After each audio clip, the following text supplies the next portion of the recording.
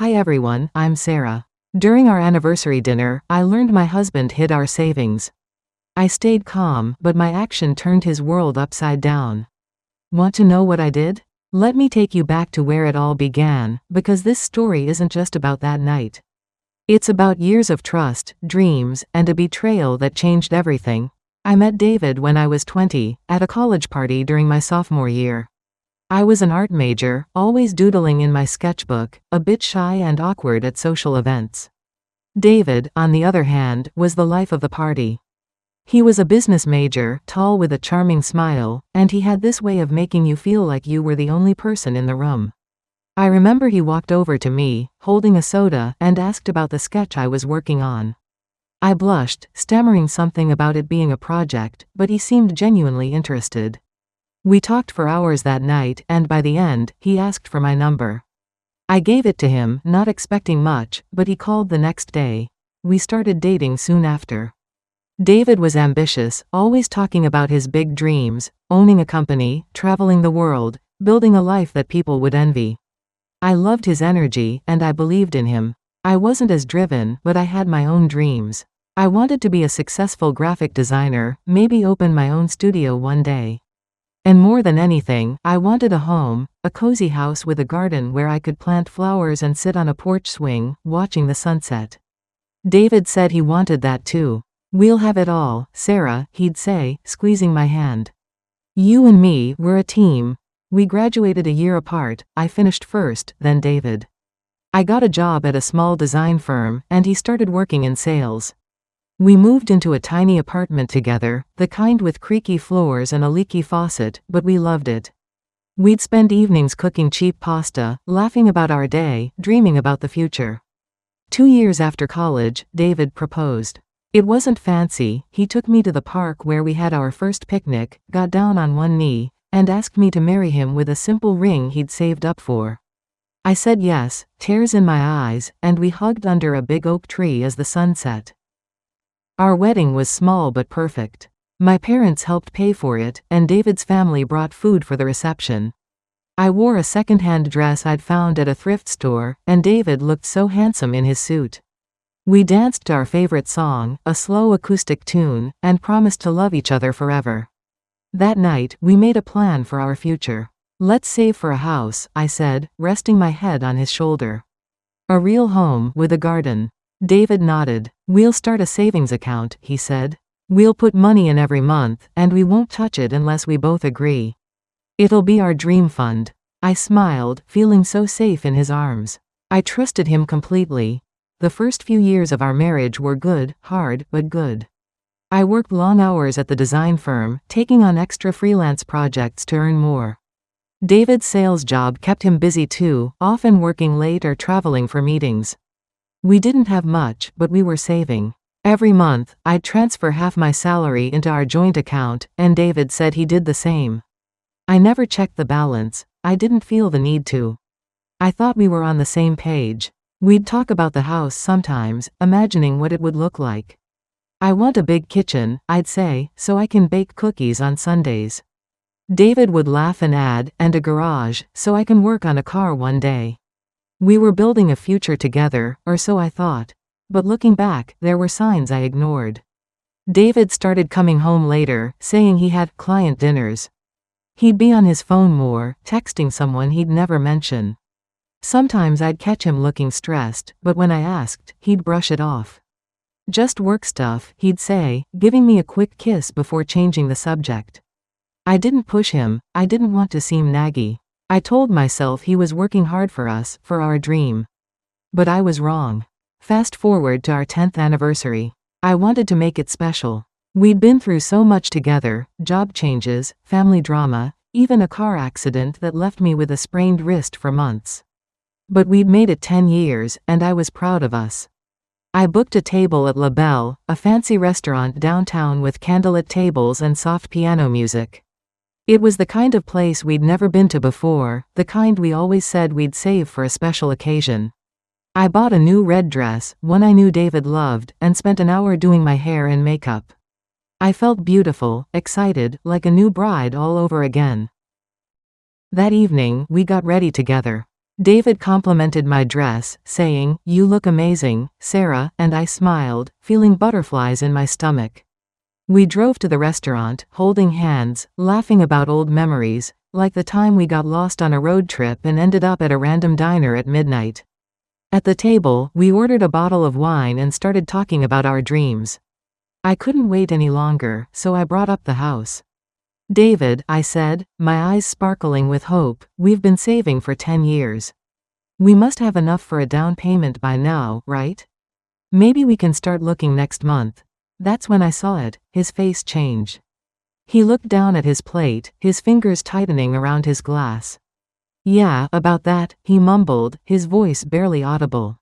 My heart dropped. "What do you mean, David?" I asked, trying to keep my voice steady. He sighed, still avoiding my eyes.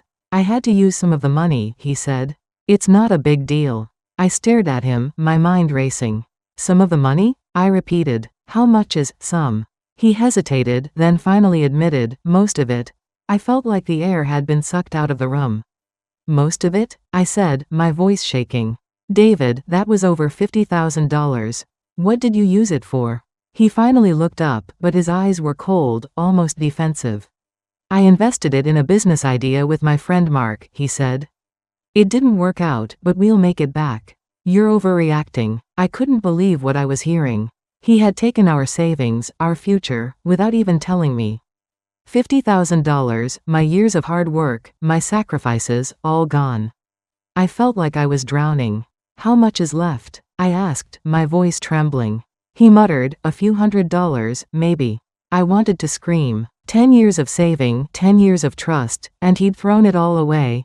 I felt a lump in my throat, my chest tightening.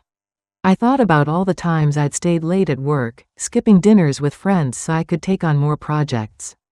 I thought about the vacations we didn't take, the clothes I didn't buy, all so we could save for our dream. And David had taken it all, without a second thought. I wanted to throw my wine glass at him, to scream in the middle of that fancy restaurant, but I didn't. I excused myself and went to the bathroom, my hands shaking as I walked away. I needed to pull myself together. In the bathroom, I locked the door and stood in front of the mirror. My red dress, my hopeful smile, it all felt like a cruel joke. I thought about our wedding day, our promises, our dreams. I thought about how I'd trusted David with everything, my heart, my future, my life. And he'd betrayed me. Tears welled up in my eyes, but I wiped them away. I wasn't going to cry, not here, not now. I splashed cold water on my face, took a deep breath, and looked at myself in the mirror again. "You're stronger than this," I whispered to myself. I wasn't going to let this break me. I made a decision right then and there. I wasn't going to let David get away with this. But I had to be smart, not emotional. I went back to the table, forcing a smile on my face. "Everything okay?" David asked, looking a little worried. "Yeah," I lied, raising my glass. "Let's just enjoy our night." I toasted to 10 more years of us, and he smiled, relieved. He thought I'd let it go. But I hadn't. That night, as we drove home in silence, my mind was racing. I was already planning my next step. I couldn't sleep. I lay in bed, staring at the ceiling, listening to David's steady breathing beside me. I felt so betrayed, so angry, but I also felt something else, determination. I woke up early the next morning, made coffee like nothing was wrong, and kissed David goodbye as he left for work. Then I got to work myself. First, I logged into our online banking account. I hadn't checked it in years, I'd always trusted David to handle it.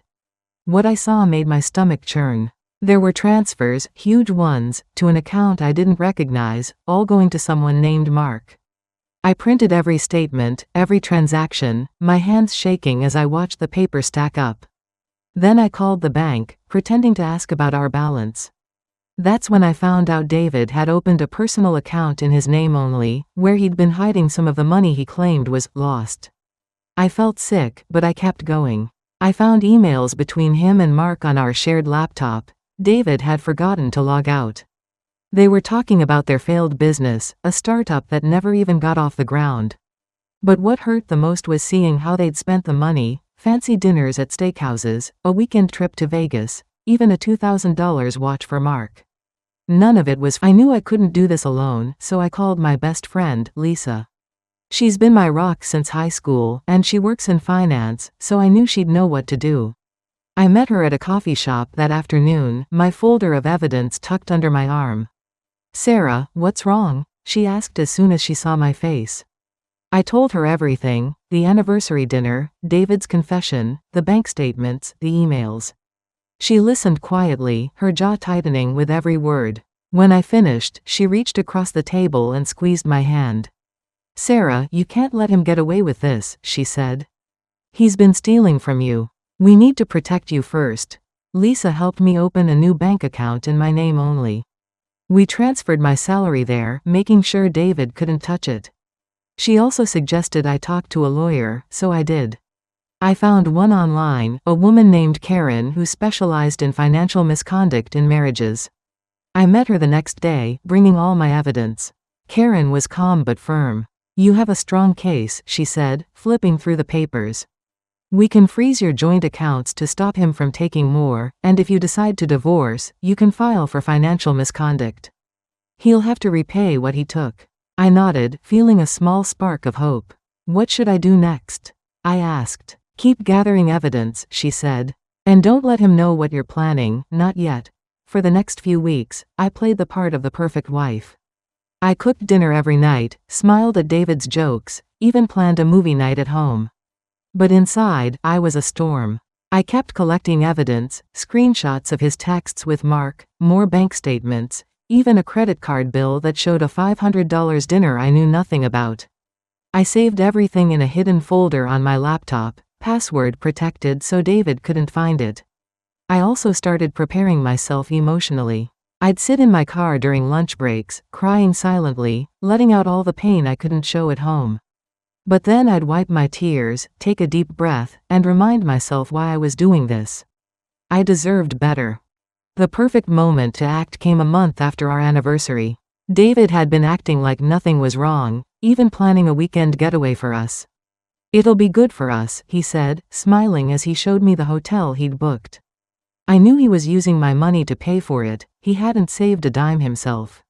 I felt a bitter taste in my mouth, but I nodded and said, "Sounds great." That morning, while he was in the shower, I went to the bank. I froze our joint account, just like Karen had prepared me to do. I also had her send David a letter, outlining the financial misconduct and demanding he repay the $50,000 he took. I felt a strange mix of fear and power as I signed the papers. When I got home, I packed a small bag, just some clothes, my laptop, and my folder of evidence. I took off my wedding ring, my hands shaking, and placed it on the kitchen table next to the lawyer's letter.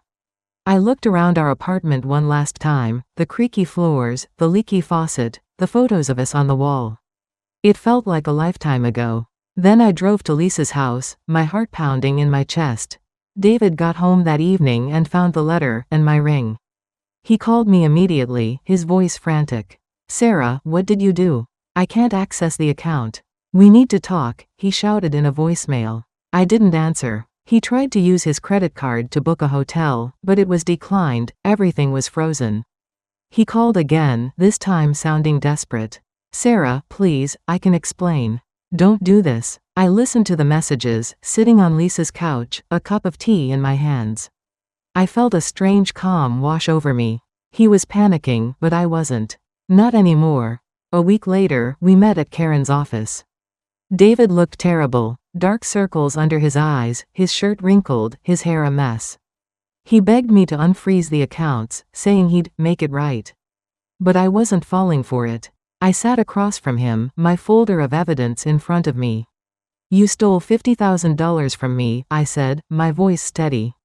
"You lied to me for years. I trusted you, David, and you betrayed me." I slid the papers across the table, bank statements, emails, screenshots. His face went pale, his hands trembling as he looked through them. "You can either repay what you took," I said, "or we'll see you in court. Your choice." He had no choice. He agreed to a payment plan, signing the papers right there. I also filed for divorce that day. Karen walked me through the process, and I felt a weight lift off my shoulders. It wasn't easy. There were days I second-guessed myself, nights I cried myself to sleep, wondering if I'd ever trust anyone again. But I kept going. I moved into a small apartment of my own, a cozy place with a little balcony where I could put potted plants. I started taking art classes again, something I'd given up years ago to focus on work. I even got a promotion at my design firm, leading a new project that made me feel proud. It's been a year since that anniversary dinner. I'm still saving for my dream house, this time on my own terms. David's still paying me back, but I heard he had to sell his car to make the first payment. I don't feel bad for him. He made his choice, and I made mine. I learned a hard lesson: sometimes, the people you love the most can hurt you the deepest. But you don't have to let them win. You can pick yourself up, rebuild, and create a life that's even better than before. Thanks for listening to my story. Have you ever been betrayed by someone you trusted? What did you do about it? Let me know in the comments. I'd love to hear your stories. And if you liked this video, please give it a thumbs up and subscribe for more real-life drama. See you next time.